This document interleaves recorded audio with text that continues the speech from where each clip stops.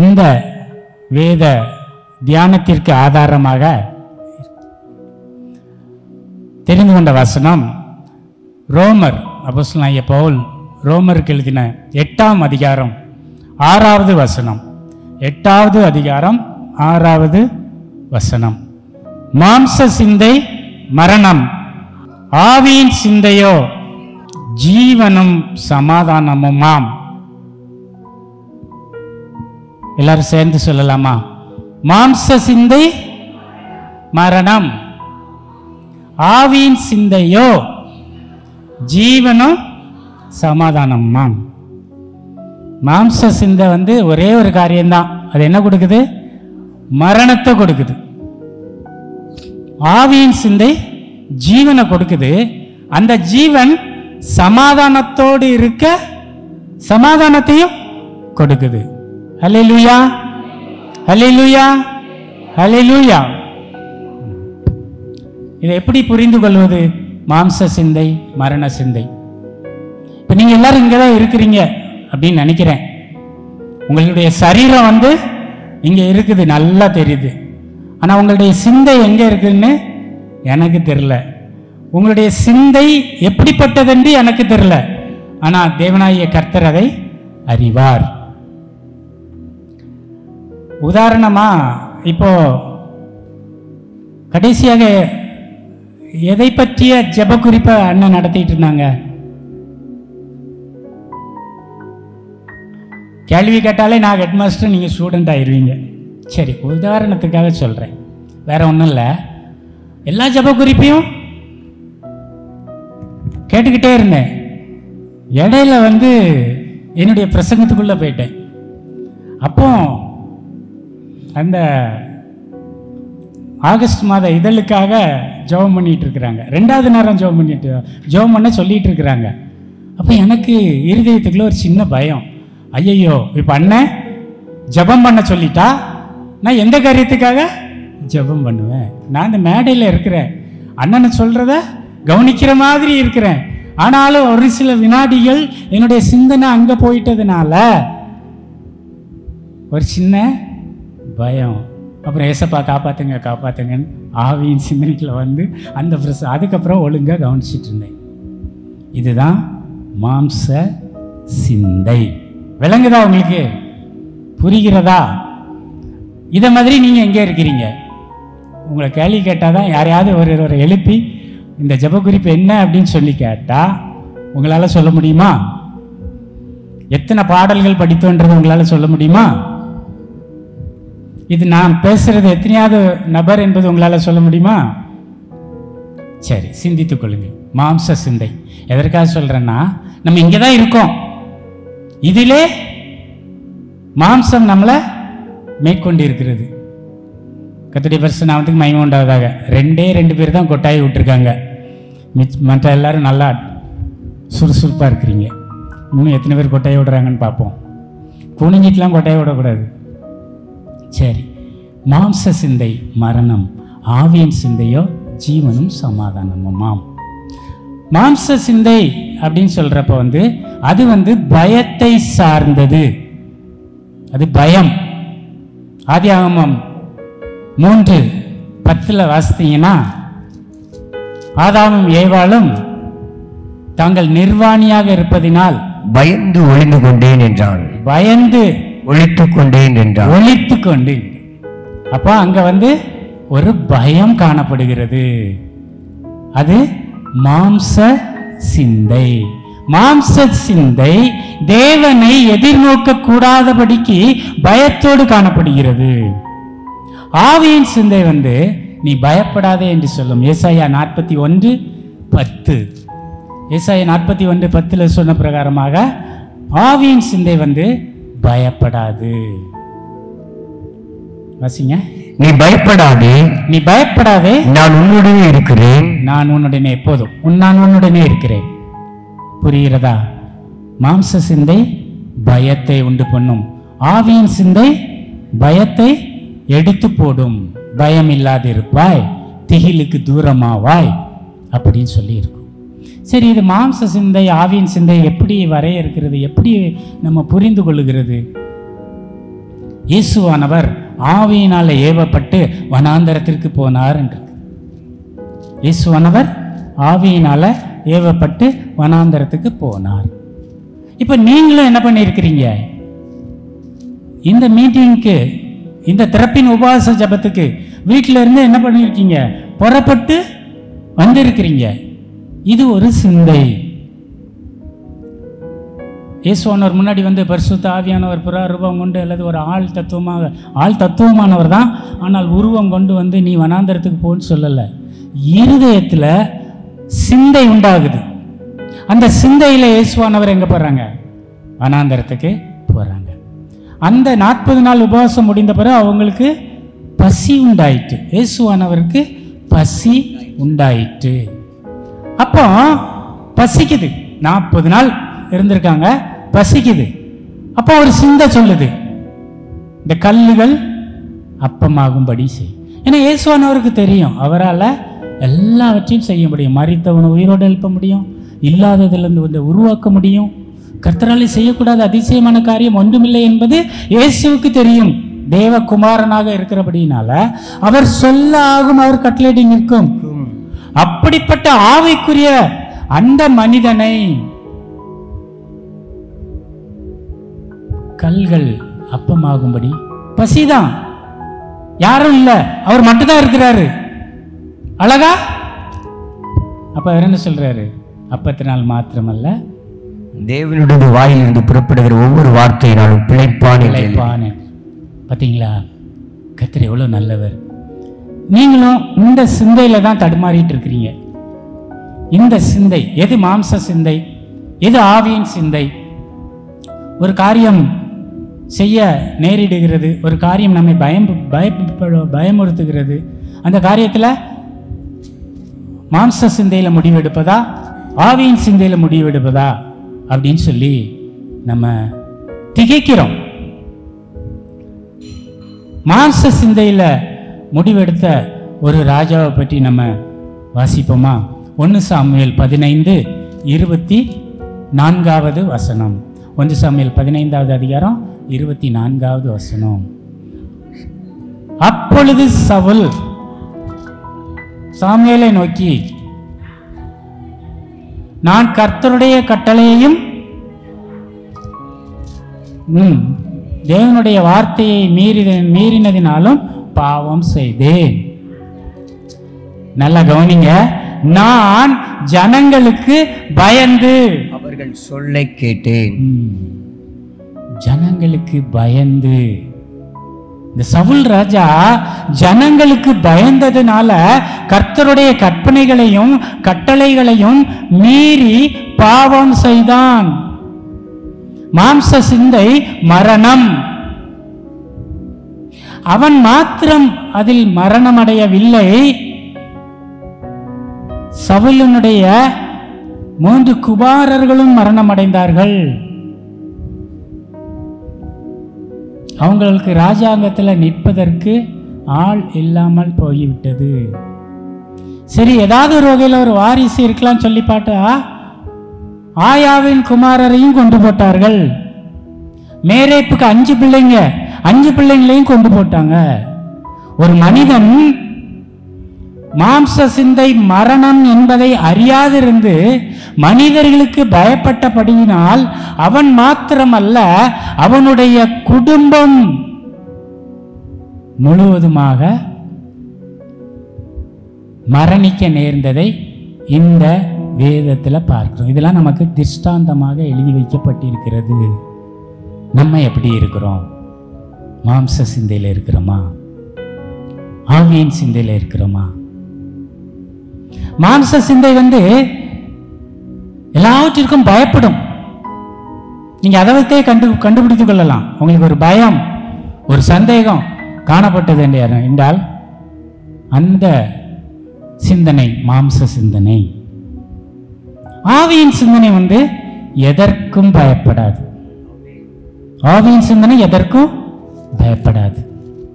யோவான் 19:10 வாசிங்க. 10:11 வாசிங்க. யோவான் 19:10-11. நானே நல்ல மேய்ப்பன். யோவான் 19. இயேசு பிரதித்தரமாக பரத்திலிருந்து உமக்கு கொடுக்கப்படாதிருந்தால் என் மேல் உமக்கு ஒரு அதிகாரம் இல்லை. போதும் போதும் போதும். இங்கே எல்லாருக்கும் தெரிந்த விஷயம், பிலாத்து இயேசுவை எப்படியாவது விடுவித்துடலாம் அப்படின்ட்டு ஒரு கங்கணம் கட்டிட்டு இருக்கான். இயேசுவை சிறைச்சாலையில் அடைக்கும்படியாக அவரை சிலுவையில் அறைந்து கொல்லும்படியாக அங்கே நிறுத்தப்பட்டிருக்கிறார். சிறைச்சாலையில் ஒப்புவிக்கப்பட்டிருக்கிறார். நம்ம என்ன செய்வோம்? பஞ்சாப் பகுதியில் நார்த் இந்தியாவில் ஊழியம் செய்கிறாங்க. ஒரே ஆலயத்தில் இருக்கிற 45 பேரை பிடித்து கொண்டு போய் 1 வாரம் ஆயிடுச்சு, இன்னும் அவங்க வீடு திரும்பலை. ஒரு தகப்பனும் 17 வயது நிரம்பிய ஒரு மகளும் சேர்ந்து இந்த ஊழியக்காரர் என்னை கைப்பிடிச்சிட்டார் இந்த பொண்ணு சொல்கிறதுக்கு அவங்க அப்பா அதை கம்ப்ளைண்ட் பண்ணுறாங்க. ஏனென்றால் போக்சோ சட்டத்துக்கு இவர்களை உட்படுத்தி வெளிவராமல் செய்வதற்கு. இந்த மாதிரியான சூழ்நிலைகளில் நாம் என்ன செய்கிறோம்? எம்எல்ஏவை பார்க்கலாமா? உடனே தமிழ்நாட்டுக்கு தந்தி அடித்து ஜெபம் பண்ண சொல்லலாமா? எப்படி இருக்கிறோம் பாருங்க. ஆனா இயேசுவை பாருங்க, பிலாத்து நீ நான் விடுவிக்கணும்னு நினைக்கிறேன், எனக்கு விடுவிக்க அதிகாரம் உண்டு அப்படின்னு சொல்லி இயேசு சொல்றாரு. பிலாத்து சொல்றான், நான் உன்னை விடுவிக்க என்னால் கூடும் என்று நீ அறியாது இருக்கிறாயான்னு சொல்ல. அப்ப இயேசு என்ன சொல்றாரு? பரத்திலிருந்து அதிகாரம் கொடுக்கப்பட்டால் ஒழிய என் மேல ஒரு அதிகாரம் கிடையாது. எல்லாரும் சொல்லுங்க, என் மேல் சொல்லுங்க, என் மேல் ஒரு அதிகாரமும் கிடையாது கிடையாது. ஆவியின் சிந்தையில இருந்தீங்கன்னா, மாம்ச சிந்தையில இருந்தா தூக்கம் வரும், கொட்டாவி வரும், சோர்வு வரும், வலி வரும், வேதனை வரும். இதெல்லாம் மாம்ச சிந்தை. இந்த மாம்ச சிந்தை ஆவியின் சிந்தை என்றது 2 காரியத்தை, கர்த்தர் ஜீவனையும் மரணத்தையும் உங்கள் முன்னாடி வைத்திருக்கிறார், நன்மையையும் தீமையையும் உங்கள் முன்னாடி வைத்திருக்கிறார், ஆசீர்வாதத்தையும் சமாதானத்தையும் உங்கள் முன்னாடி வைத்திருக்கிறார். 2ல 1ல தான் நீங்க பயணம் செய்ய முடியும். உங்கள் சிந்தை மாம்ச சிந்தையா இருக்கும், அப்படி இல்லைன்னா ஆவியின் சிந்தையா இருக்கும். இந்த 2 சிந்தைக்குள்ள இல்லாம நீங்க பயணம் செய்ய முடியாது. நீங்கள் புரிந்து கொள்ளுங்க. இது வருகிறப்போ இதுல சாத்தான் 2:21 சொல்லி இருக்கு, சாத்தான் தாவீதுடைய இருதயத்தை மக்களை தொகையிடும்படி ஏவினான். சாத்தான் வர்றான். லூக்கா 22:2-3 வாசிங்க. நான் சொல்ல நல்லா கவனிச்சுட்டே வாங்க. அப்பொழுது பிரதான ஆசாரியரும் வேதபாரகரும் அவரை கொலை செய்யும்படி யோசித்து ஜனங்களுக்கு பயந்தபடியினால் எவ்விதமாய் அப்படி செய்யலாம் என்று வகை தேடினார்கள். என்ன செய்யலான்ட்டு திகைச்சிட்டு இருந்தாங்க. அப்பொழுது 12 ஒருவனாகிய ஸ்காரியோத் என்னும் மறுபேர் கொண்ட யூதாஸ் சாத்தான் புகுந்தான். நல்லா கவனிங்க. எங்கேயோ வேதபாரகர் இயேசுவை கொலை செய்யலாம் என்று ஆலோசித்து அதற்கு வகை காணாமல் திகைத்து கொண்டிருக்காங்க.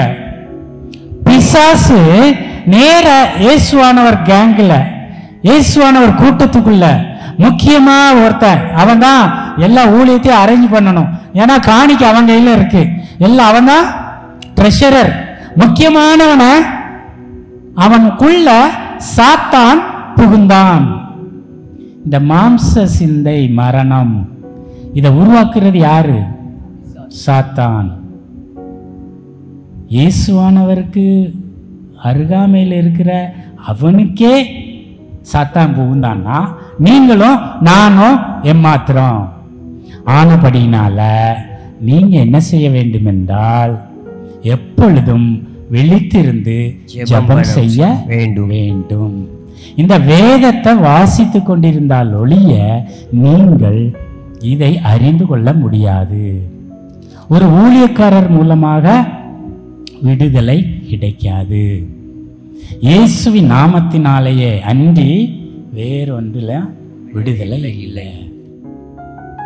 அப்படினால நான் உங்களுக்கு எனக்கு தெரிஞ்ச ஒரு அட்வைஸ் சொல்லலாம்னு நினைக்கிறேன். அங்கே எங்கே ஓடி அலையாதிருங்க. கூடிய மட்டும் ஒரு 20 வருஷத்துக்கு முன்னாடி உள்ள ஊழியக்காரங்களுடைய ஆலோசனை அந்த டிவி நிகழ்ச்சியில் பாருங்கள். புதிதாக வருகிற நிகழ்ச்சியில் கொஞ்சம் ஜெபித்து உள்ள வாங்க, இல்லைன்னா நம்ம வஞ்சிக்கப்பட்டு போவோம். ஆவியின் சிந்தையில் இருக்கணும். அப்போ தான் யாருன்னு இனங்கண்டல் முடியும். மாம்ச சிந்தையில் இருக்கக்கூடாது. மாம்சத்தில் உங்களை அது கரைப்படுத்தி விடும். உதாரணத்துக்கு, நீ பயப்படாதே, நான் உன்னுடனே கூட இருக்கிறேன், கர்த்தருடைய ஆவியானவர் விளம்பி இருக்கிறார். வெளிப்படுத்தல் 21:8 போய் பார்த்தீங்கன்னா பயப்படுகிறவர்களும் அவிசுவாசிகளும் ஒரு பெரிய லிஸ்ட் போட்டிருக்கு. முதலாவது, பயப்படுகிறவர்கள் எரிநரகத்தில் பங்கடைவார்கள். நீங்க உங்க பிள்ளைகளுக்கு என்ன சொல்லி கொடுக்கிறீங்க? ஏய், மொக்குக்கு போவாத, அங்க பூச்சாண்டி இருப்பான், மீசக்கார மாமா உன்னைய பிஸ்கட் வாங்காத, உன்னைய கடத்தி கொண்டு போயிடுவான். பிள்ளைகளை பயமுறுத்துறது யாரு? அது பிறந்து கேட்கறதுக்கு முன்னாடி அத பயமுறுத்துறது யாரு? மாம்ச சிந்தை. பிசாசு ஒரு தாய் மூலமாகவே வஞ்சிக்கலாம் குழந்தைகளை. நாமும் அப்படிதான் வளர்ந்து வந்திருக்கோம். நம்ம வேலை செய்தாதான் சாப்பாடு, படிச்சாதான் மாடு மேய்க்கலாம், அப்படிதானே? அப்படியா? நீங்கள் இருக்கிற முகத்தெல்லாம் பார்த்தா நான் கையில் கிடச்சேன்னா, தனியாக மட்டும் கிடச்சேன்னா நீ லெஃப்ட் அண்ட் ரைட்டு வாங்கிடுவீங்க போல. அப்படி முறைப்பாக இருக்கிறீங்க.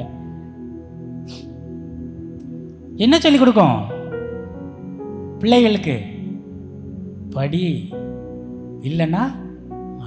அப்போ அந்த பிள்ளை வளர்றப்பவே படிக்கலைன்னா, ஆனால் அந்த பிள்ளை வளர்ந்து படித்து ஒரு இன்ஜினியர் ஆகி நல்ல சம்பளம் வாங்கி அந்த வேலையை விட்டுட்டு 40 மாடு வாங்கி வீட்டில் மேய்ச்சிட்டு இருக்குது. அந்த இன்ஜினியர் சம்பளத்தோட மாடு, வயல்கள் என்ன பண்ணும்?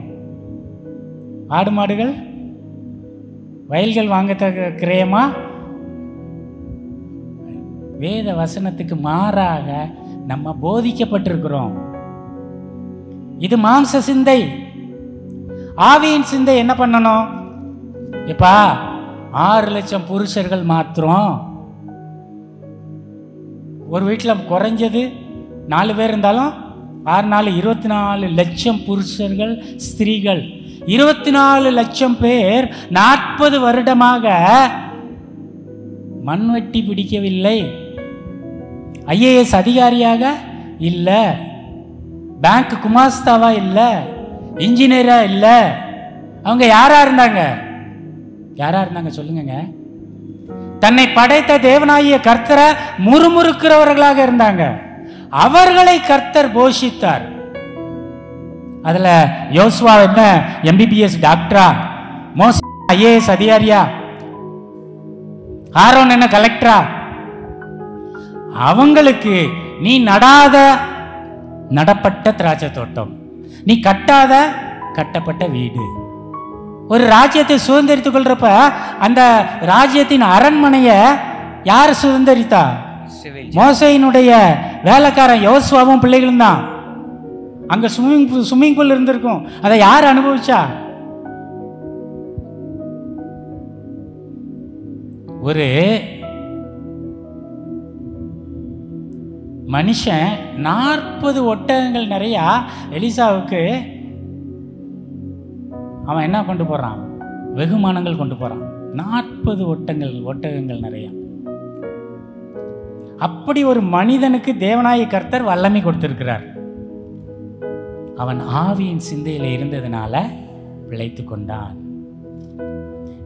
இவன் அவன் பின்னாடி ஓடுறான். வேலைக்காரன் KSC நாகம் பின்னாடி ஓடுறான். குஷ்டத்தை வருவித்து கொண்டான். நல்ல கவனிங்க. மாம்ச சிந்தை மரணம், ஆவியின் சிந்தையோ ஜீவனும் சமாதானமுமாம். இந்த மாம்ச சிந்தை ஆவியின் சிந்தை எப்படி உருவாகுதுன்னா, ஏசாயா 21வது அதிகாரம் 3வது வசனத்தை வாசிங்க. ஏசாயா 21:3. ஆகையால் என் இடுப்பு மகா வேதனையால் நிறைந்திருக்கிறது. இடுப்பு மகா வேதனையால் நிறைந்திருக்கிறது. பிள்ளை பெறுவதில் வேதனைக்கு ஒத்த வேதனைகள் என்னை பிடித்தது. பிள்ளை பெறுவதற்கு ஏற்ற ஒத்த வேதனை என்னை பிடித்தது. கேட்டதினால் உழைவு கொண்டு, நல்ல கவனிங்க, கேட்டதினால் உழைவு கொண்டு, கண்டதினால் கலங்கினேன். கண்டதினால் கலங்கினேன். போதும். அவன் ஆம்பளை, அவன் இடுப்பு வேதனையினால நிறைந்த ஒத்த வேதனைய கேட்டதினால் உழைவு கொண்டு, கண்டதினால் கலங்குறான். அப்போ நீங்க கேட்கிற காரியங்கள் நமக்கு என்ன சொல்லி கொடுத்திருக்கு? கேள்வியினால் ஞானம் வரும். நம்ம தேவனுடைய வார்த்தையை கேட்கிற பொழுது சத்தியத்தை அறிவீர்கள், சத்தியம் உங்களை விடுதலையாக்கும். இப்படிதான் இன்னைக்கு நிறைய பேர் பிரசவத்திற்கு ஒத்த இடுப்பு வேதனையில இருக்கிறீங்க. கேட்டதினால் உழைவு கொண்டு. ஆகான் சின்ன பிள்ளையில அந்த ஒருவேளை அந்த செங்கடல் ரெண்டாக பிளந்தப்போ அவன் நடந்து போயிருக்கலாம். ஆகான் இல்லையா? நடந்து போயிருக்கலாம். மன்னாவை புசித்து ருசித்திருக்கலாம். மாறாவின் தண்ணி ஒரு மரத்தை தூக்கி போட்ட உடனே, ஒரு கொப்பை தூக்கி போட்ட உடனே மதுரமானதை அவன் பார்த்துருப்பான். 1 மாசம் இறைச்சி தின்றுப்பான் வனாந்தரத்தில். கற்பாறையிலிருந்து தண்ணீர் புறப்பட்டு வந்ததை கண்ணால பார்த்துருக்கான். இப்ப மாதிரி இல்லை. அந்த காலத்துல கூடாரத்துல தேவனுடைய மகிமை வாசம் பண்ணிட்டே இருக்கும். பகலிலே மேகம் இருக்கும். இப்ப இதுதான் தேவனுடைய கூடாரம் அப்படின்னா, இங்க ஃபுல்லா மேகம் இருக்கும் பகல்ல. நைட்டு அக்கினி எரிந்து கொண்டிருக்கும். அதெல்லாம் கண்ணால பார்த்து கேட்டதினால் உழைவு கொண்டு, இது சாபம், இதை நீ எடுக்காத அப்படி நல்லா கேட்டதுனால ஒரு தயக்கம், ஒரு உழைவு, அதாவது என்ன செய்யணும் உண்டான தயக்கம், தயக்கத்தோட இருக்கிறான். அந்த பொற்பாலத்தை பார்க்குறான், அந்த துணியை பார்க்குறான். ஃபாரின் ட்ரெஸ், நம்மளாம் ஒரு காலத்தில் ஃபாரின் ட்ரெஸ்ன்னு எவ்வளோ இதாக இருந்தோம். கண்டதினால் அந்த இதை பார்க்குறான். எல்லா கர்த்தருடைய கற்பனைகளையும் மறந்து இச்சித்து அவன் அனுபவிக்கல, எங்கேயோ புதைச்சி வச்சிருக்கான். நல்லா கவனிங்க. அவன் அந்த வெள்ளி பாலத்தை எடுத்து அவன் அனுபவிக்கவில்லை, எங்கேயோ புதைத்து வைத்திருக்கிறான். முடிவு என்ன? மாம்ச சிந்தை, மரணம். அவன் மட்டுமா மரணம்? அவன் மனைவி, பிள்ளைகள், மிருக ஜீவன்கள், கூடாரம் எல்லாம் தீக்கிரையாகி திருஷ்டாந்தமா இன்னும் வைக்கப்பட்டிருக்குது. புரியுதா? மாம்ச சிந்தை எத்தனை மரணத்துக்கு நேரம் கொண்டு போகுது பார்த்தீங்களா? கண்டதினால், காண்கிறதுனால. நீங்க காண்கிறதை குறித்து எச்சரிக்கையா இருக்க வேண்டும் என்றால் அது உங்களால் கூடாது. தேவ ஆவியானவரால் நிரம்பி இருந்தால் ஒழிய. யாரெல்லாம் தேவ ஆவியை பெற்றிருக்கீங்க? பரிசுத்த ஆவியானவரை பெற்றவரெல்லாம் கை தூக்குங்க. 1 2 3. என் ஜனங்கள் அறியாமையினால அழிகிறார்கள் என்று ஓசியா 4:6 சொல்லியிருக்கு. வீட்டில் போய் வாசிங்க. 1 கொரிந்தியர் 12 அல்ல வாசித்துருங்க. 1 கொரிந்தியர் 12:3. 1 கொரிந்தியர் 12:3. ஆதலால் தேவனுடைய ஆவியினாலே பேசுகிற எவனும் இயேசுவை சபிக்கப்பட்டவன் என்று சொல்லான் மாட்டான் என்றும், பரிசுத்த ஆவியினாலே அன்றி இயேசுவை கர்த்தர் என்றும் ஒருவனும் சொல்லக்கூடாது என்றும் உங்களுக்கு தெரிவிக்கிறேன். இதை இன்னொருக்க வாசிங்க. எல்லாம் நல்லா கவனிங்க. இன்னொருக்க வாசிங்க. பரிசுத்த ஆவியினாலே அன்றி, ஆதலால் தேவனுடைய ஆவியினாலே பேசுகிற எவனும் இயேசுவை சபிக்கப்பட்டவன் என்று சொல்ல மாட்டான் என்றும், பரிசுத்த ஆவியினாலே அன்றி இயேசுவை. கேட்டுக்கிட்டீங்களா? பரிசுத்த ஆவியினாலே அன்றி இயேசுவை கர்த்தர் என்று ஒருவனும் சொல்லக்கூடாது என்றும், கர்த்தர் என்று ஒருவரும் சொல்லக்கூடாது. இப்ப சொல்லுங்க, இயேசுவே சொல்லுங்க எல்லாரும். இயேசுவே எனக்காக நீங்க மரித்தீங்க, மூன்றாம் நாள் உயிரோடு எழுந்தீங்க. எழுந்தீங்க. இயேசுவே இயேசுவே நீரே நீரே என் தேவன், என் தேவன், நீரே நீரே என் இரட்சகர், என் இரட்சகர், நீரே நீரே என்னை விடுவிப்பவர், என்னை நீரே விடுவிப்பவர், நீரே என்னை தப்புவிப்பவர். என்னை தப்புவிப்பவர். இப்ப பரிசுத்த ஆவியை பெற்றவங்களாம் கையை வைத்துங்க. மற்ற யாரும் இயேசுன்னு உச்சரிக்கவே இல்லை. கை வைத்தாவங்க ஒரு வாட்டி சொல்லுங்க, இயேசுவேன்னு கூப்பிடுங்க. சொல்லுங்க. ஏங்க வாயை மட்டும் அசைக்கிறீங்க. இங்கேருந்து கண்ணாடி மாதிரி கிளியராக தெரியுது. உங்களுக்கு கூட உங்களை தெரியாது எப்படி எப்படி இருக்கிறீங்கன்ட்டு. சொல்லுங்க, இயேசுவேன்னு சொல்லுங்க. சொல்லுங்க, இயேசுவே. என்ன சொல்லுங்க? இயேசுவே. ஒருத்தர் கூட சொல்லாமல் இருக்கக்கூடாது. சொல்லுங்க. சந்தர்ப்பம் முடிஞ்சுது. இயேசுவேன்னு சொல்லலைன்னா உங்களுக்குள்ள பரிசுத்த ஆவி இல்லைன்னு அர்த்தம். போதுமா? அப்போ அவர் உனக்குள்ளே இருக்கிறார். பரிசுத்த ஆவியானவர் யார்கிட்ட இருக்கிறார்? இந்த பரிசுத்த ஆவியானவர் உங்களுக்குள்ளதான் இருக்கிறார். நல்லா கவனிங்க. தாவீதை ஏவினான், யூதாசுக்குள் புகுந்தான். நீங்க பரிசுத்த ஆவியில இருந்தீங்கன்னா உங்களை ஏவுவான், வெளியே இருந்து சிந்தனையை கொண்டு வருவான். நீங்க சாத்தானுக்கு உங்களை ஒப்பு கொடுத்துட்டீங்கன்னா உங்களுக்குள்ள சாத்தான் வந்துட்ட பிறகு உங்களை காப்பாற்ற முடியாது. அதுதான் மாம்ச சிந்தை, மரணம். யூதாஸ் நாண்டு கொண்டு செத்தான். நல்லா கவனிச்சுக்கோங்க. இதெல்லாம் இது வந்து பரலோக ராஜ்யம் பலவந்தம் பண்ணப்படுகிறது. இப்படி ஒரு மீட்டிங் வச்சு உங்களெல்லாம் இருக்க வச்சு உபவாச நாளை நியமித்து புசியாமலும் குடியாமலும் நினைத்து எப்படியாவது இந்த ஆத்மா பரலோகம் சென்று விட வேண்டும் என்று அந்த வாஞ்சையினால தான் இவ்வளோ ஏற்பாடை கர்த்தர் உங்களுக்கு கிருபையா தந்திருக்கிறா. இதை நீங்க அசட்டை பண்ணீங்கன்னா மாம்ச சிந்தையில மரணத்தை வருவித்துக் கொள்வீர்கள். நீங்கள் மாத்திரம் மரணித்தால் மரணம் அடைவது நிச்சயம் அல்ல, குடும்பமே என்னாகும்? மரணத்துக்கு. கண்டதினால் 2 சாமுவேல் 11:2 வாசிங்க. 2 சாமுவேல் 11:2. ஒரு நாள் சாயங்காலத்துல தாவீது தன் படுக்கையிலிருந்து எழுந்து அரண்மனை உட்பரிகையில் மேல்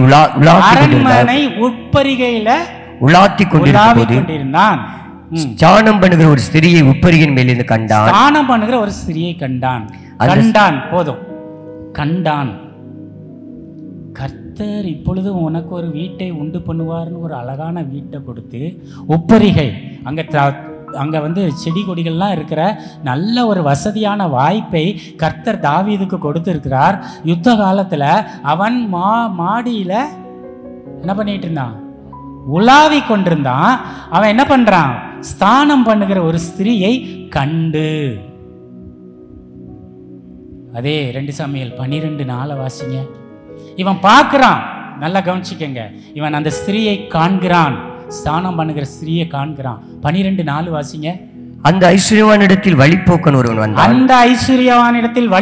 ஒருவன் வந்தான். அவன் தன்னிடத்தில் வந்த வழிபோக்கனுக்கு சமையல் பண்ணுவிக்க தன்னுடைய ஆடு மாடுகள் ஒன்றை பிடிக்க மனதில்லாமல் அந்த தரித்தினுடைய ஆட்டுக்குட்டியை பிடித்து அதை தன்னிடத்தில் வந்து மனுஷனுக்கு சமையல் பண்ணுவித்தான் என்றான். போதும். தாவீதுக்கு கர்த்தர் இஸ்ரவேல் தேசத்தை கொடுத்திருக்கிறார். அநேக மனைவிகளை கொடுத்திருக்கிறார். இன்னும் பத்தலனா என்கிட்ட கேள் என்று சொல்லுகிறார். அவனை தாவீதின் குமாரனாக வைத்திருக்கிறார். அந்த பரிசுத்தவான் காண்கிற பொழுது வழிபோக்கன் ஒருவன் வாரான். யாரு? பிசாசு வர்றான். ஏற்கனவே கட்டளை கொடுக்கப்பட்டிருக்கிறது, இச்சியாதிருப்பாயாக சொல்லப்பட்டிருக்கிறது. அந்த கட்டளையை மறந்து கண்டு பாவம் செய்கிறான். அதனால அவனுடைய மறுமனையாட்டிகள் எல்லாரும் கடைசி வரைக்கும் காவல் அடைக்கப்பட்டிருக்காங்க. அவனுடைய குமாரர் மரித்து போகிறான். அவன் பாவம் செய்தபடினால் மரணத்துக்கு பாத்திரவான்னு தாவீது தீர்க்கதரிசிட்ட சொல்றான். ஆனா தீர்க்கதரிசி, கர்த்தர் உன் பாவம் நீங்க செய்தார், கர்த்தர் உன் பாவம் நீங்க செய்தார். நீங்களும் நானும் எத்தகைய ஆவியில கட்டப்பட்டிருக்கிறோம்? ஆவின்றது மாம்ச சிந்தையில் உள்ள ஆவி. என்ன? பொறாமையின் ஆவி, தாறுமாறின் ஆவி, வேசித்தன ஆவி, கோல் சொல்கிற ஆவி, எரிச்சலின் ஆவி. இப்படி நிறைய ஆவிகள். ஒண்ணுதான் ஆவி. மீகா தீர்க்கதரிசி சொல்றான், தேவ சமூகத்துல ஒரு ஆவி வந்து நின்றது. அப்போ ஆகாப் கீலேயத்துல போய் உளும்படியாக அவனுக்கு யார் போதிப்பான்னு கேட்டாரு. கர்த்தர் கேட்கிறார். அந்த ஆவி சொல்லுது நான் அப்படின்னு சொல்லுது.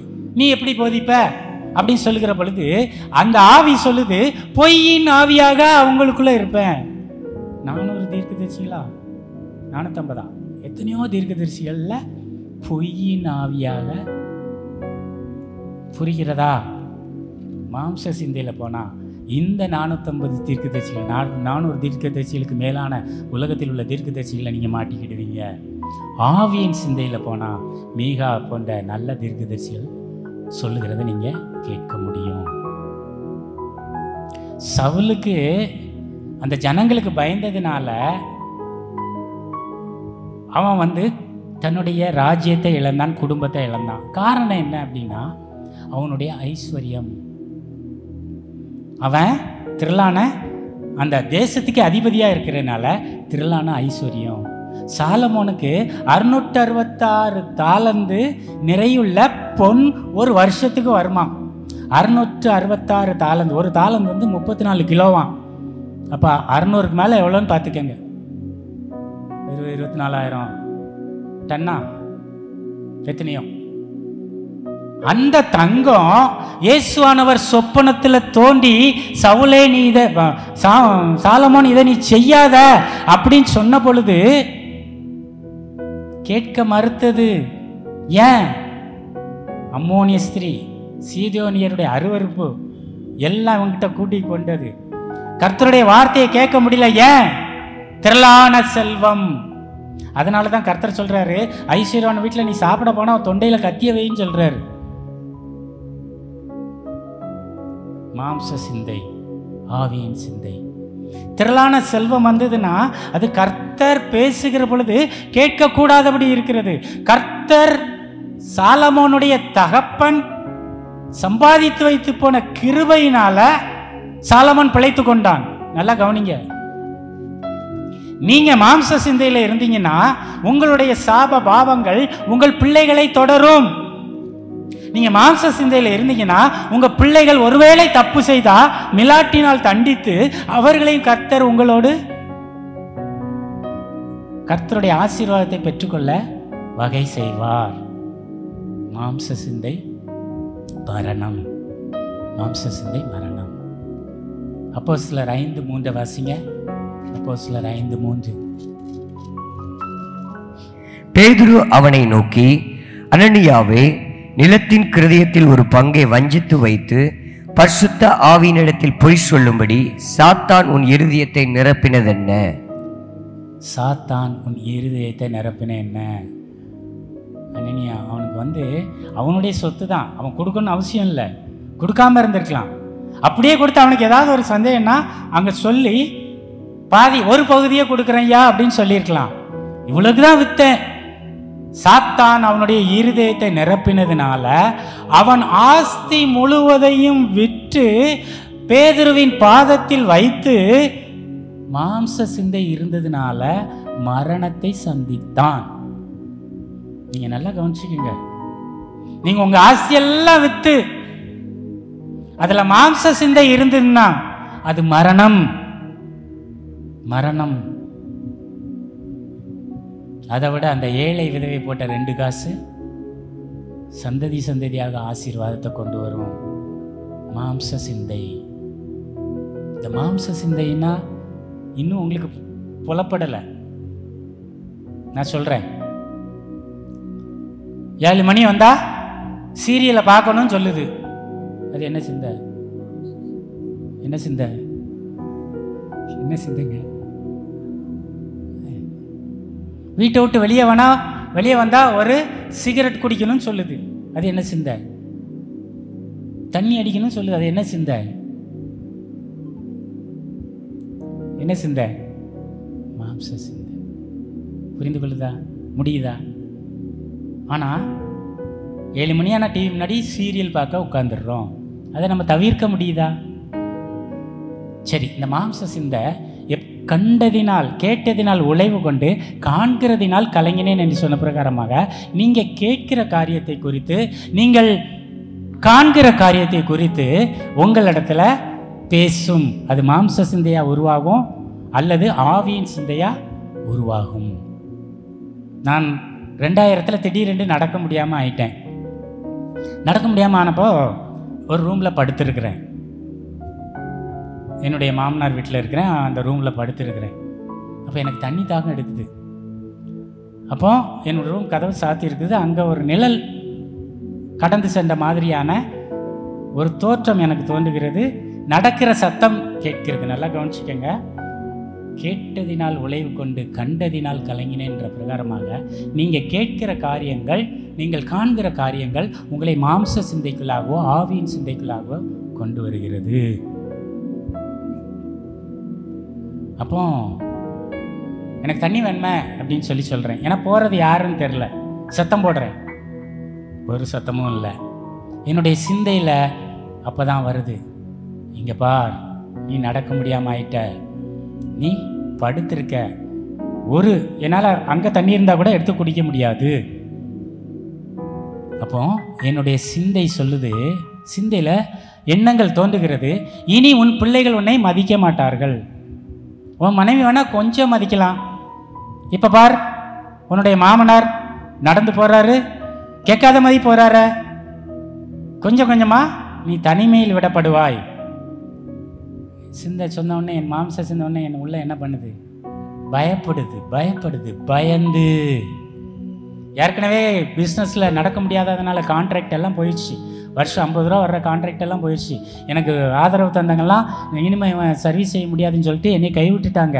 அந்த சிந்தை வேற, வருமானத்துக்கு வழி இல்லாத ஒரு சிந்தை.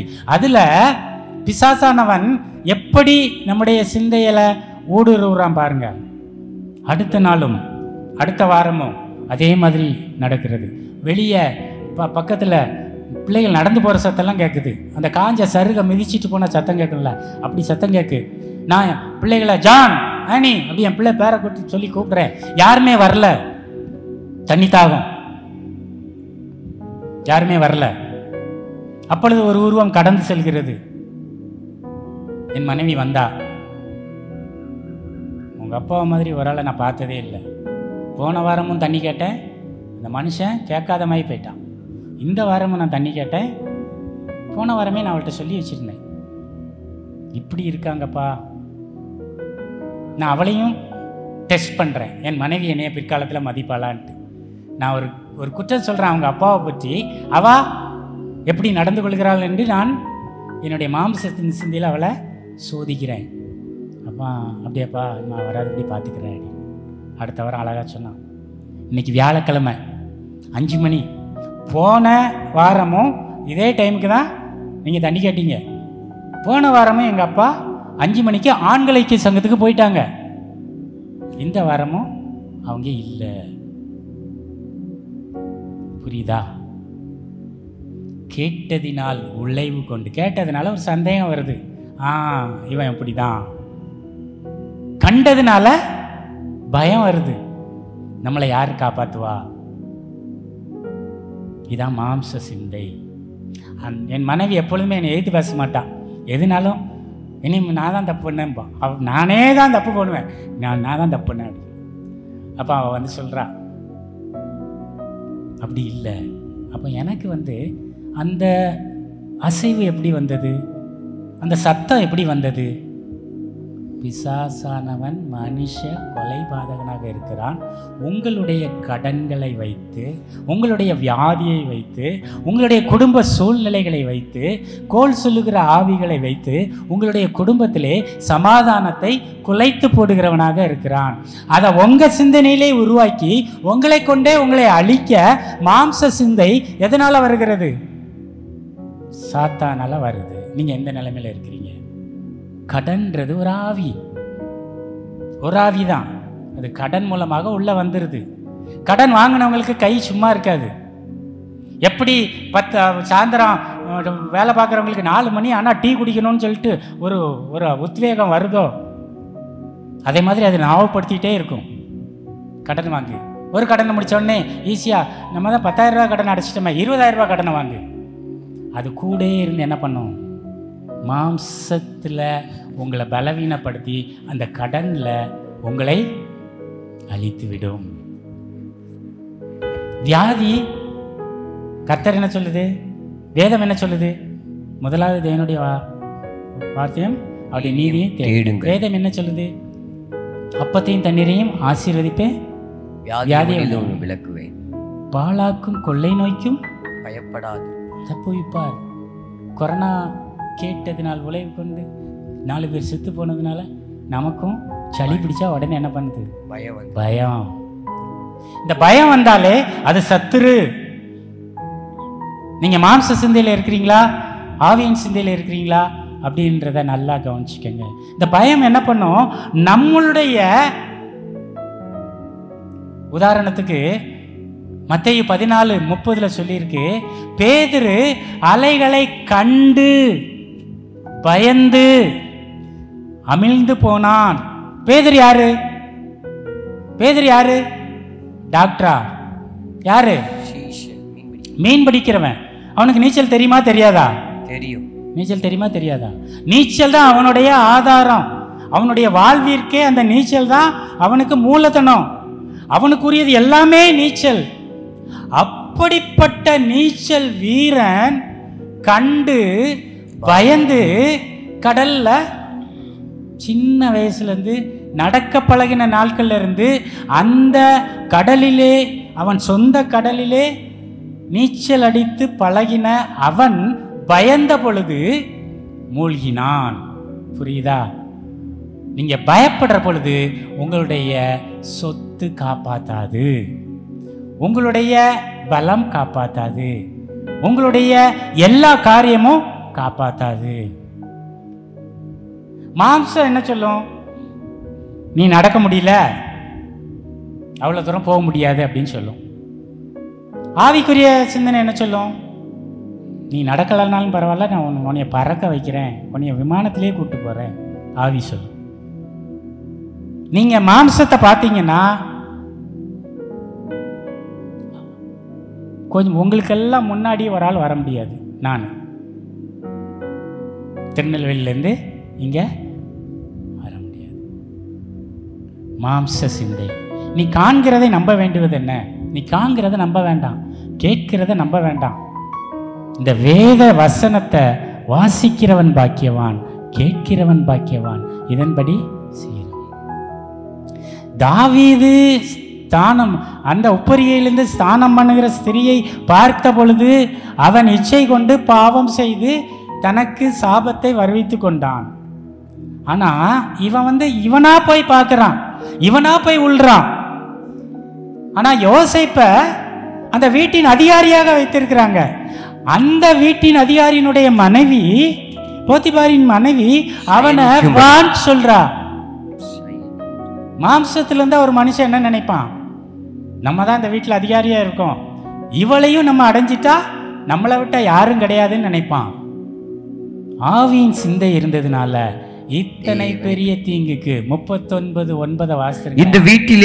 இந்த வீட்டிலே என்னிலும் பெரியவன் இல்லை, என்னிலும் பெரியவன் இல்லை. நீ அவருடைய மனைவியா இருக்கிறபடியால், நீ அவனுடைய மனைவியா இருக்கிறபடியினால் உன்னை தவிர வேறொன்றையும் அவர் எனக்கு விலக்கி வைக்கவில்லை. இப்படி இருக்க இத்தனை பெரிய பொல்லாங்குக்கு உடன்பட்டு தேவனுக்கு விரோதமாய் பாவம் செய்வது எப்படி என்றான். நல்ல கவனிங்க. நீங்க காண்கிற காரியங்கள், கேட்கிற காரியங்கள் உங்களை பாவத்துக்கு நேர வழி நடத்தும். அப்பொழுது ஜீவனுள்ள தேவனாகிய கர்த்தருக்கு விரோதமாக பாவம் செய்வது எப்படின்ட்டு வரணும்.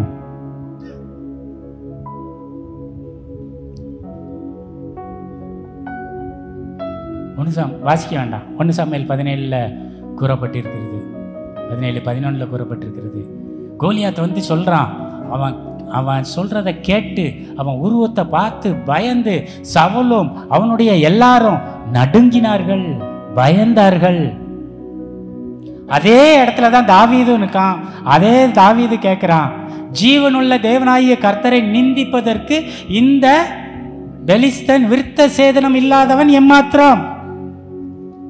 அப்ப தேவனாகிய கர்த்தரை தூஷிக்கிறவன் கல்லெறிந்து கொல்லப்பட வேண்டும். அந்த வேத வசனத்தை அவன் அறிந்ததுனால கல்லை எடுத்து கவனில் வைத்து வேத வார்த்தையை அவன் அபியாசப்படுத்தினதுனால அந்த பெலிஸ்த ராஜ்யம் இவங்களுக்கு கிடைக்கப்படுது.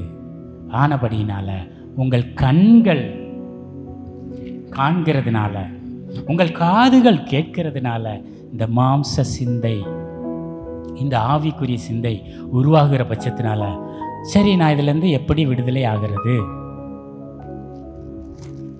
நான் அறிந்து கொண்டேன் பலவீனமானவொன்னே இப்படியெல்லாம் வருது. அப்புறம் என்ன பண்ண தெரியுமா? நீங்களாம் நம்ப மாட்டீங்க, சில காரியம் நம்ப முடியாததாக இருக்கும். ஏசப்பா எனக்கு தண்ணி தாங்க எடுக்குன்னு சொன்னேன் 2000. கொஞ்ச நேரத்தில் என்னோட ஃப்ரெண்டு வந்தான். ஒரு ஆரஞ்சு கலரில் இருக்குமா, அது என்னது, ஃபேண்டா 2 லிட்டர் பாட்டில் வாங்கிட்டு வந்துட்டான். அவனும் நானும் குடிக்கிறோம். அவன் 6ஆம் கிளாஸ் என் கூட படித்த பையன், 6ஆம் கிளாஸ் என்னோட படித்தவன். கொடுத்துட்டு போன மாதம் உன் ஆஃபீஸ் வர்றப்போ ஒரு பொருள் வாங்கிட்டு போனேன், அதுக்கு 650 ரூபா நான் தரல, இந்த வச்சுக்கோன்னு. நான் என்ன கேட்டேன்? ஏசப்பா தண்ணி வேணும். நான் என்ன பெற்றுக்கொண்டேன்? 2 லிட்டரு. நான் மட்டும் இல்லை, ஆவியின் சிந்தையில் இருக்கிறப்போ என்னுடைய சின்ன பிள்ளைங்களுக்கும் அந்த எங்கேயோ இருந்து வாங்கிட்டு வரான். 650 ரூபா. கரும்பு தின்ன கூலி கொடுக்குற ஒரே தேவன் யாருங்க? ஹல்லேலூயா, ஹல்லேலூயா, ஹல்லேலூயா. இது நடந்தது அந்த 2000 இன்னைய வரைக்கும். தாகம் எடுத்தா தண்ணி அவர்கிட்ட கேட்கறது இல்லை. ஒரு படி மேலே வந்துட்டேன். அப்பத்தினால் மாத்திரமல்ல, தேவனுடைய வாயிலிருந்து புறப்படும் வார்த்தையினால பிழைப்பான்னு சொல்லி இருக்கிறீர. இந்த தண்ணி குடித்தாதான் எனக்கு தாகம் அடங்குவான். இந்த வார்த்தை இருக்கிறது, நீங்கள் என் மத்தியில் இருக்கிறீங்க. இந்த தாகத்தை அதான் சொல்லுவாங்க பிரதர்லாம், வெயிலில் இருக்கிறீங்களா, வெயிலில் இருக்கிறீங்களான்ட்டு. அந்த வெயில் வந்து எனக்கு ஸ்டார்ச், எனக்கு எனர்ஜியாக இருக்கட்டும். நான் வெயிலே பார்க்குறதில்ல, எப்பவும் வீட்டுக்குள்ளே இருக்கிறேன். இன்னும் இதே மாதிரி ஊழியத்துக்கு வந்தாலாவது நான் வெயிலில் இருந்து போட்டோம். உங்கள் பார்வை எப்படி இருக்கிறதோ, உங்கள் சிந்தை எப்படி இருக்கிறதோ அதற்கு ஏற்றவாறு கர்த்தர் உங்களை வழி நடத்துவார். புரிகிறதா? இதே பேதுரு மாம்ச சிந்தையில் இருக்கிறப்ப ஒரு வேலைக்காரியின் முன்பாக மறுதலித்தான். அதே பேதுரு பரிசுத்த ஆவியினால நிரப்பப்பட்ட பிறகு, இவன் இன்னைக்கு உங்க முன்னாடி நிற்கிறது இருந்து எதன் என்னென்று கேட்டீர்கள்னா, நீங்கள் கொலை செய்த அந்த இயேசுவின் நாமத்தினால இவன் இன்னைக்கு இந்த முடவன் உங்க முன்னாடி நடக்கிறான். யாரு? இயேசுவை கொலை செய்த அதே ஆசாரியர். அதுக்கு முன்னாடி ஒரு வேலைக்காரியை மறுதலித்த அவன் என்ன சொல்றான்? நீங்கள் கொலை செய்த. முழங்கால் படிடுவோமா? முழங்கால் படியிட முடியாதவங்க நின்றுக்குங்க. ஒரு 5 நிமிஷமாவது நம்ம வந்து கர்த்தரை கேட்கணும். ஏசப்பா நான் எங்கே இருக்கேன்? என் குடும்பத்துக்கு நான் சாபத்தை வருவிக்கிறேனா? என் குடும்பத்துக்கு நான் மரணத்தை வருவிக்கிறேனா? நான் எங்கே இருக்கேன்? நன்றாக கவனிங்க. யெரொபெயாம ராஜாவாக்குறாரு. யெரொபெயாம கர்த்தர் ராஜாவாக்குறாரு. அவன் இருதயத்தில் சிந்தித்துட்டு இருக்கிறான், இந்த ஜனங்கள் யூதாவில் போய் கர்த்தரை தொழுது கொண்டா அங்க பிரியமாகி என்னை கொண்டு போடுவார்களே என்று பயந்து தனக்கு ராஜாங்கத்தை கொடுத்த கீழ் மட்டத்தில் இருந்த ஒரு வேலைக்காரனாக இருந்த அவனுக்கு ராஜ்யத்தை கொடுத்த பொழுது அவன் கண்டு பயந்து தானிலும் பேர்சபாவிலும் பொன் கண்டுகுட்டிய வைக்கிறான். அது அவனுக்கு பாவமாயிற்று. அப்பமா அவன் எச்சரிக்கப்படுறான். நல்லா கவனிங்க. கர்த்தருடைய ஊழியக்காரன் வந்து சொல்றான், இது பலிபீடம் கொட்டப்படும் சொல்றான். அப்படியே ஆகுது. அவனை பிடின்னு சொல்றப்ப அவன் கை அப்படியே நிக்குது. எனக்காக ஜெபம் பண்ணுப்பா அப்படின்னு சொல்றான். ஜெபம் பண்றான். கை மறுகை போல ஆயிற்று. ஆனாலும் அவன் திருந்த முடியவில்லை. மாம்ச சிந்தை. அந்த ஆஸ்தி, அந்த ஐஸ்வர்யம், அந்த பெருமை, அந்த மேட்டிமை தன்னை விட்டு எடுபட்டு போயிருமோ என்று பயந்து, தன்னை உண்டாக்கின தேவனாய் கர்த்தரை மறந்து, ஒரு நாய் கூட அவனுக்கு இல்லாதபடிக்கு சாபத்தை வைத்து போனான். அவன் பிள்ளை சாக போகிறது. அப்ப சொல்றான், உன்னை எரேமியாவின் மனைவி என்று நீ காண்பிக்காதபடிக்கு அந்த தீர்க்கதரிசி கிட்ட போ, விசேஷம் கேளுன்னு சொல்றான். அவன் சொல்றான், அதன்படியே நடக்குது. முதலாவது அவன் கையை சரி பண்ணுகிறாரு, இரண்டாவது அவன் பிள்ளையை எடுத்துக்கொள்கிறாரு. அப்படியும் அவன் இருதயம் இருமாப்பாகிறது. நல்லா கவனிங்க. மாம்ச சிந்தை இருந்தா தாவீத மீகால் நேசிக்கிறார். அதை அவன் நல்லது என்று கண்கிறான். தன்னுடைய சொந்த குமாரத்தி தாவீதை சாகடிக்கிறதற்கு அவளை ஒரு டூலா பயன்படுத்துறான். எத்தனை அருவருப்பான காரியம்! மாம்ச சிந்தை மரணம், ஆவியின் சிந்தையோ ஜீவனும் சமாதானமுமாம். சாத்ராக் ஆபேத்நேகோ சொல்றாங்க, அவர் என்னை கொண்டு போட்டாலும் அவர் என்னை தப்புவிக்க வல்லவர். அவர் தப்புவிக்காமல் போனாலும் இது ஆவியின் சிந்தை. காண்கிற 7 மடங்கு அக்னியினால பயப்படாது. அந்த தீயை பார்த்து பயப்படாது. அம்மா சின்ன பிள்ளையில சொல்லியிருப்பா, தீயை தொட்டாதடா சுடுன்னு சொல்லியிருப்பா. தெரியாம தீயை சுட்டு அனுபவம் இருக்கும். ஆனாலும் அந்த அனுபவங்களை மீறி என் தேவனாய கர்த்தர் என்னோடு கூட இருக்கிறார், இதற்கு நான் பயப்பட மாட்டேன், நீ நிறுத்தின பொற்சிலையும் வணங்க மாட்டேன்னு சொல்லி நின்றதுனால தேவ மகிமை இன்னைக்கு வரைக்கும் வெளிப்படுது. உங்களை உய்த்து ஆராய்ந்து பாருங்க, ஜெபம் செய்யுங்க. ஏசப்பா, உமக்கு நான் நன்றி செலுத்துறேன். நான் மாம்ச சிந்தையில என் குடும்பத்துக்கு சாபத்தை அறிவித்துக் கொள்கிறேனா, ஆவியின் சிந்தையில என் சந்ததிக்கு ஆசீர்வாதத்தை அறிவித்துக் கொள்கிறேனா? இன்றைய வரைக்கும் தாவீதின் சந்ததியில அதை இஸ்ரவேலை ஆளுகிறவர்கள் ஒருவர் இருக்கிறார்கள். இன்று கண்ட எகிப்தினை இனி நீ காண்பதில்லை என்று மோசே சொன்னான். இன்னைக்கு வரைக்கும் எகிப்து அந்த தேசத்தை சுதந்திரிக்க முடியல, இனிமேலும் முடியாது. தேவனுடைய வார்த்தை மாறாது. பணத்தை பார்க்காதீர்கள், பெருமையான காரியங்களை பார்க்காதீங்க. மாம்ச சிந்தையிலிருந்து வெளியே வாங்க. அது கஷ்டம், அது பிறவியிலே பிறந்திருக்குது. அவர் தம்முடைய சாயலாகவே நம்மை படைத்திருக்கிறார் என்பதை மறக்க செய்கிறது. இவர்களும் நம்மில் ஒருவரை போல் ஆனார்கள் என்று சொல்லி அந்த தோட்டத்திலிருந்து துரத்தினார் என்று நாங்க பார்க்கிறோம், நாம வாசிக்கிறோம். பிதா குமாரன் பரிசுத்த ஆவியானவர்ல ஒருவராக உங்களையும் என்னையும் அவர் தெரிந்து கொண்டிருக்கிறார். தேவ சாயலாக படைக்கப்பட்டிருக்கிறீங்க. இந்த ஆவிக்குரிய சிந்தையை நீங்க மறந்து மாம்ச சிந்தையில நாம மட்டும் அழியறது இல்ல, சந்ததியையும் வேற இருக்க செய்கிறோம். ஜாக்கிரதை. இயேசுவே என் மேல் மனம் இறங்குங்க, இயேசுவே என் மேல் மனம் இறங்குங்க. ராஜாக்களாக ஆசாரியர்களாக திறப்பானதை கட்டுகிற அடைக்கிறவன் என்றும் பாலானதை கட்டுகிறவர் என்றும் நீங்க எங்களை படைத்தீங்க. ஆனா நாங்க பொன் பொருளை காண்கிறதை நம்பி சோர்ந்து போறவர்களாக காணப்படுகிறோம். அது எங்களை வியாதிக்குள்ளாக மாற்றுகிறது. அது எங்களை அடிமைத்தனத்துக்குள்ளாக மாற்றுகிறது. இந்த அடிமைத்தனத்திலிருந்து எங்களை விடுவித்தரலுமாப்பா. மாம்ச சிந்தையை எடுத்து போடுங்கப்பா. உம்முடைய சாயலாக எங்களை மாற்றுங்கப்பா. ஆவிக்குரிய சிந்தைகளை நீங்க தாங்கப்பா. இயேசுவே எங்கள் மீது மனம் இறங்குங்க. இயேசுவே இந்த கூரையின் கீழாக இருக்கிற ஒவ்வொருவரையும் உம்முடைய பரிசுத்த ஆவியினால நீங்க நிரப்பி இருக்கிறீங்க. பரிசுத்த ஆவியானவர் அவர்களுக்குள்ளாக இருக்கிறீங்க. இதை மறந்து போகாதபடிக்கு கர்த்தாவே உம்முடைய வேத வசனத்தினால் தன்னை காத்துக்கொண்டு அவர்கள் சாட்சியின் வசனத்தினாலும் ஆட்டுக்குட்டியானவருடைய இரத்தத்தினாலும் உலகத்தை ஜெயித்தார்கள் என்று சொன்ன பிரகாரமாக உம்முடைய இரத்தத்தினால இந்த உலகத்தை ஜெயிக்க எங்களுக்கு பலம் தாரும். தரை மட்டும் தாழ்த்துகிறோம். மனிதரால் இது கூடாததுதான், தேவனால் எல்லாம் கூடும். தேவனால் கூடாத காரியம் ஒன்றுமில்லை. கர்த்தாவே உமே நம்பி இருக்க கிருபை செய்தல்லுங்க. உங்களில் ஒருவன் 1000 பேரை துரத்துவான், 2 பேர் 10,000 பேரை துரத்துவீர்கள். நீ உயிரோடு இருக்கும் நாளெல்லாம் ஒருவனும் உனக்கு விரோதமாக எதிர்த்து நிற்பதில்லை. ஒருவனும் உன்மேல் கைப்படுவதில்லை. ஒரு வழியாய் வருவார்கள், 7 வழியாய் ஓடி போவார்கள். நீயோ அநேக ஜாதிகளுக்கு கடன் கொடுப்பாய், நீயோ கடன் வாங்காதிருப்பாய். எத்தனை பெரிய ஆசீர்வாதம்! இந்த வார்த்தைகளுக்கு கீழ்ப்படிய உதவி செய்தலுங்க. தொடர்ந்து எங்களை வழி நடத்துங்க. நன்றி செலுத்துகிறோம். இந்த கூட்டத்தை நீங்க ஆசீர்வதித்து தந்தபடியால் நன்றி செலுத்துகிறோம். இந்த கூட்டத்தின் தேவைகளை சந்தித்தருங்க. ஊழியர்களை ஆசீர்வதித்தருங்க. 1000 மடங்கு அவர்கள் பெற்றுக்கொள்ளத்தக்கதாக அந்த ஓட்டத்தை நீங்க தகுதிப்படுத்துங்க. இயேசுவே தகுதிப்படுத்துங்க.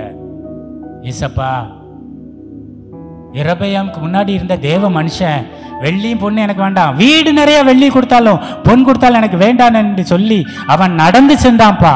தேவனுடைய மனுஷன் உலகத்துக்கெல்லாம் தன்னை மறைத்து நடந்து அவன் வெளியே வந்துட்டான். ஆனாலும் சக ஊழிய நிமித்தமாக ஏமாற்றப்பட்டு ஒரு சிங்கத்துக்கு இரையானதை பார்க்கிறோம். நாங்களும் உம்முடைய ஊழியக்காரர்களாக இருக்கிறோம். இன்றைக்கு டிவியில பார்க்கிற ஊழியக்காரர்கள் தீர்க்கதரிசிகள் என்று நம்பி கர்த்தாவே உலக மனிதனுக்கு அடிமையாக போகிற காரியங்கள்ல இருக்கிறோம். தயவாயங்களை மன்னிங்க. ஊழியக்காரர்கள் கர்த்தரால் போதிக்கப்பட்டிருக்க உதவி செய்தருங்க. ஊழியக்காரர்கள் இயேசுவே எலியாவை போல சாரிபாத் விதவை வீட்டுக்கு போக ராஜாக்களை ஏற்படுத்தி ராஜாக்கள் அவனுடைய வேலைக்காரன் ராஜாவாக அபிஷேகம் பண்ண வேலைக்காரனுக்கு அதிகாரம் இருக்கிறது. அவன் ராஜாக்கள் இடத்துல போகல, அந்த விதவையை நோக்கி போனான். ஊழியக்காரர்களாகிய நாங்களும் மனிதரை அல்ல, மாம்சத்தை அல்ல, மனுஷிகத்தை அல்ல, தேவனாகிய கர்த்தரால் இல்லாததில் என்று ஒன்றை உருவாக்க முடியும் என்று உண்மையில் நம்பிக்கை வைக்க எங்கள் நம்பிக்கையை பெருக்க பண்ணுங்க. தரை மட்டும் தாழ்த்துகிறோம், தாழ விழுந்து பணிந்து கொள்கிறோம். இயேசு கிறிஸ்துவின் இன்ப இனிய நாமத்தில் ஜெபிக்கிறோம் எங்கள் அருமை பிதாவே, ஆமென். அன்பானவர்களே, உங்கள் ஜெப தேவைகளுக்கும் மேலதிக விவரங்களுக்கும் தொடர்பு கொள்ள வேண்டிய எங்கள் முகவரி: சகோதரர் பி. பொற்செல்வன் ஆசீர், கிருபையின் ஊழியங்கள், ஆபிரகாம் நகர், பெரிய நாயகபுரம், தூத்துக்குடி 628101.